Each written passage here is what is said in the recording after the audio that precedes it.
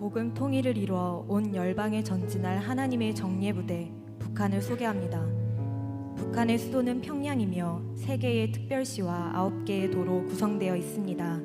인구는 약 2,600만 명이며 이 중 기독교인은 20만 명에서 40만 명으로 추정됩니다. 북한의 공식 이념은 김일성 가문을 신격화하는 김일성 주체 사상입니다. 주체 사상은 김일성, 김정일, 김정은 3대 독재 세습으로 이어졌고 주체 사상을 따르지 않는 사람들은 사회에서 용납되지 않습니다.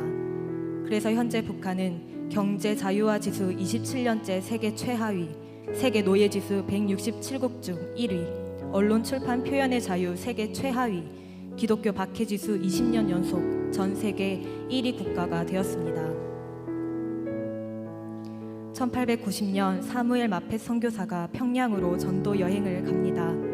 한 여관에 방문했을 때 여관 벽에 성경책이 붙여진 것을 보게 되고 거리에서는 예수님을 아는 사람들을 하나둘 만나기 시작했습니다. 그들 중 어떤 사람들은 한 서양 사람이 배에서 죽임을 당할 때 건넸던 성경책을 보고 예수님을 알게 되었다고 말했습니다. 이것은 바로 1866년 제너럴 셔먼호를 타고 평양 대동강에 들어온 토마스 선교사가 순교할 때 건넨 성경책이 여관에 붙여지게 된 것이었고 또 사람들에게 예수님을 알게 했던 것입니다. 사무엘 마펫 선교사는 사람들에게 성경을 설명해 주었고 사람들은 예수님을 믿고 세례를 받기 시작했습니다. 성경이 벽지로 쓰였던 여관은 예배 처소가 되면서 널다리꼴 교회가 되었고 이후에 평양 대부흥이 일어난 장대현 교회가 되었습니다.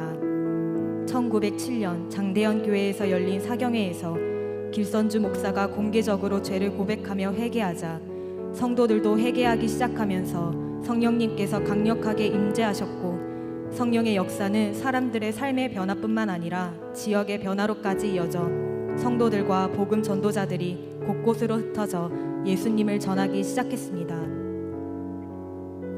일제강점기 기독교에 대한 극심한 핍박에도 북한에는 1230개의 교회와 30만 명 정도의 성도가 있었습니다. 그러나 북한 지역에 소련군이 진주하여 사회주의 국가 건설을 시작하면서 기독교 핍박이 다시 시작되었고 1953년 휴전 이후에는 사회주의에서 주체 사상으로 바뀌면서 교회에 대한 핍박이 더 심해졌습니다. 평양 대부흥이 일어났던 장대현 교회를 없어지고 그 자리에 김일성, 김정일 동상이 세워졌고 평양 학생 소년 궁전을 세워 주체 사상을 교육시키기 시작했습니다. 성령이 임하셨던 평양 대부흥의 자리에 하나님을 아버지라고 부르는 것이 아니라 김일성을 아버지라고 부르는 노래가 불리기 시작했고 교회가 있던 자리마다 김일성 동상이 세워지기 시작했습니다. 김일성을 신격화한 주체 사상이 북한 전역을 뒤덮게 된 것입니다. 김일성은 주체 사상을 반대하는 사람들을 제거하기 위해 정치범 수용소를 세웠고 지금까지도 수용소에서는 노예 노동, 심각한 굶주림뿐만 아니라 강제 낙태, 살해, 공개 처형, 각종 고문들이 자행되고 있습니다. 현재 운영되고 있는 정치범 수용소는 5곳으로 14호 개천, 15호 요덕, 16호 명간, 18호 개천, 25호 청진 수용소가 있고 현재 정치범 수용소에는 약 10만여 명, 그 중에서 기독교인은 약 5만 명에서 7만 명이 있다고 추정됩니다.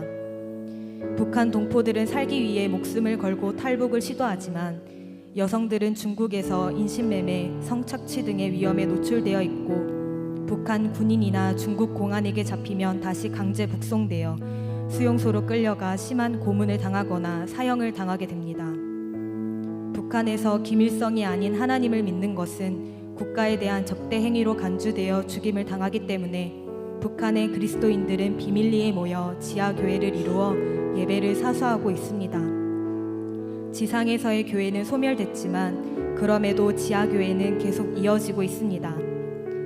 하나님께서는 하나님의 사람들을 통해 탈북자들을 보호하셨고 사역자들을 통해 예수님을 믿게 된 북한 동포들은 선교사가 되어 복음을 전하기 위해 목숨을 걸고 다시 북한으로 들어가고 있습니다. 몇 년 전부터 북한 장마당에서는 김일성보다 강한 신중의 신이 하나님이라는 말이 전해지며 성경이 팔리고 있고 최근 코로나로 죽음에 대한 두려움이 커지면서 성경을 찾는 북한 동포들이 늘어나고 있습니다.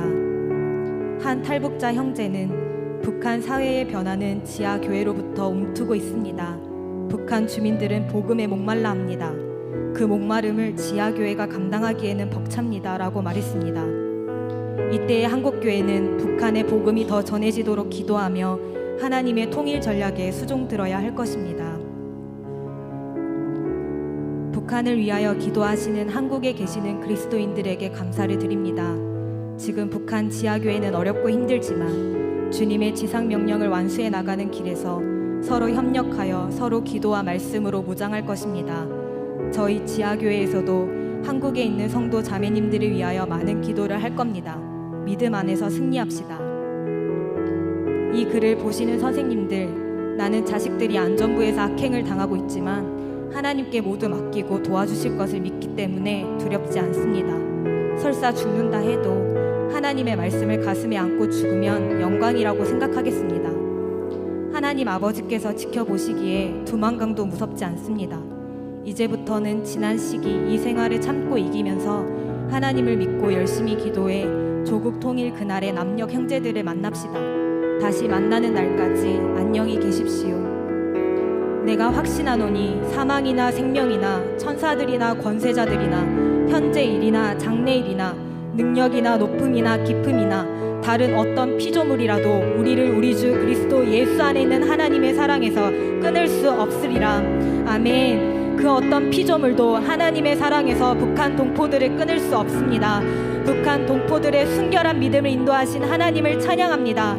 하나님의 완전한 사랑이 북한 땅을 뒤덮을 것을 선포합니다. 온 열방에 진리 안에서의 자유를 선포하는 민족으로 일어날 것입니다. 이 시간 북한과 한반도를 하나님께 올려드립시다. 하나님, 북한의 주인은 하나님이십니다. 예수님의 이름으로 선포하니 북한의 주체 사상의 영, 거짓과 미혹의 역은 무너질지어다. 북한 정권은 하루빨리 무너지고 하나님의 자유가 임할지어다. 하나님의 이름이 북한 땅에서 거룩히 여김을 받으시고 하나님의 뜻이 하늘에서 이루어진 것 같이 북한 땅에도 이루어지게 하여 주시옵소서. 또한 한반도가 복음으로 통일을 이루어 온 열방에 예수가 그리스도이심을 선포하게 하여 주시옵소서. 한반도의 분열의 영은 예수의 이름으로 끊어질지어다. 청년의 때에 순종한 선교사님들을 통해 한반도의 복음이 전해졌던 것처럼 한반도의 다음 세대들이 하나님께 기쁘게 헌신하는 세대로 일어나게 하여 주시옵소서. 함께 통성으로 기도하시겠습니다. 주여.